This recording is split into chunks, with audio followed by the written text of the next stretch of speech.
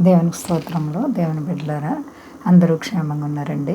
మన రక్షకుడైన క్రీస్తు వారి యొక్క ఉన్నత నామములో అందరికీ క్షేమము శుభములు కలుగునుగాక.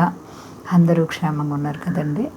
ఈరోజు దేవుని వాగ్దానం యెషయా గ్రంథము 60 అధ్యాయము 20 వచనం.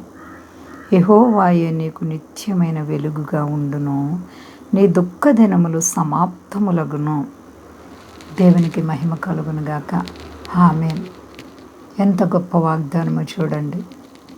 యెహోవా నీకు నిత్యము వెలుగుగా ఉండును. వెలుగు లెమ్ము తేజరిల్లుము, వెలుగు వచ్చి ఉన్నది అని దేవుని యొక్క వాక్యం చెప్తుంది. ఎప్పుడైతే నీవు దేవాతి దేవునిపై ఆధారపడతావో నీకున్నటువంటి చీకటి జీవితం అంతా కూడా తొలగిపోతుంది. నీకున్నటువంటి సాతాను యొక్క స్వభావం, పాపపు తలంపులు అన్నీ తొలగిపోతాయి. క్రీస్తు రక్తంలో కడగబడి నీ మీదకి వెలుగు వస్తుంది. ఆ వెలుగు నిన్ను ఎప్పటికీ కూడా విడిచిపెట్టదు. యెహోవాయే నీకు నిత్యమైన వెలుగుగా ఉండును. ఆ వెలుగు ఎలాంటిదంటే నిత్యము ఉండేది.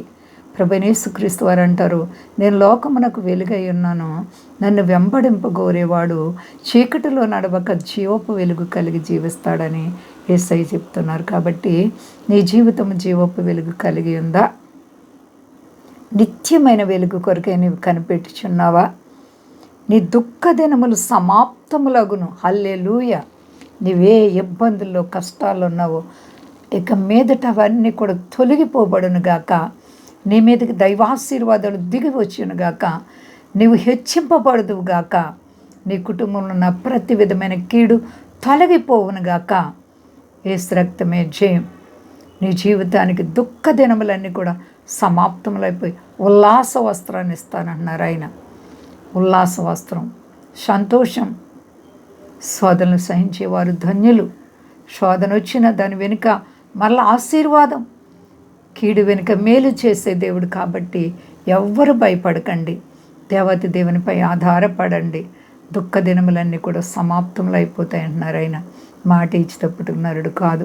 నువ్వే వ్యాధి బాధ చేత కుటుంబంలో అనేక సమస్యల చేత కృంగి ఉన్నావేమో, యేసు నామములో విడుదల కలుగునుగాక. నీ జీవితానికి సంపూర్ణమైనటువంటి ఆశీర్వాదం కలుగునుగాక. ఏ విషయంలో భయపడకుండా అంతా క్షేమంగా ఉన్నారండి. ప్రార్థించుకుందాం. ప్రేమ నమ్మకమైన మా తండ్రి, నువ్వు గొప్ప దేవుడు తండ్రి. మా దేశాన్ని, దేశ నాయకులను కాపాడండి. మా దేశ ప్రజలందరినీ రక్షించండి. మీ దాసులను దాసులను కాపాడండి. సర్వ ప్రపంచంలో అంతటా అందరూ కూడా దీవింపబడాలి ప్రభు, ఆశీర్వదింపబడాలి. విదేశ స్వదేశాల బిడ్డలను కాపాడండి. అయ్యా గొప్ప దేవా, ఎవరికి కష్టాలు ఉన్నాయి విడిపించండి, బాధలు ఉన్నాయి విడిపించండి, రోగులైతే స్వస్థపరచండి, ఎవరి బిడ్డలను కాపాడండి. అయ్యా సర్వ ప్రపంచాన్ని చల్లగా కాపాడండి ప్రభువా. సమస్త దేశాలకి శాంతి నెమ్మదిచ్చి మీరు ఆకడలో ఎత్తబడే గుంపులో ఉంచండి.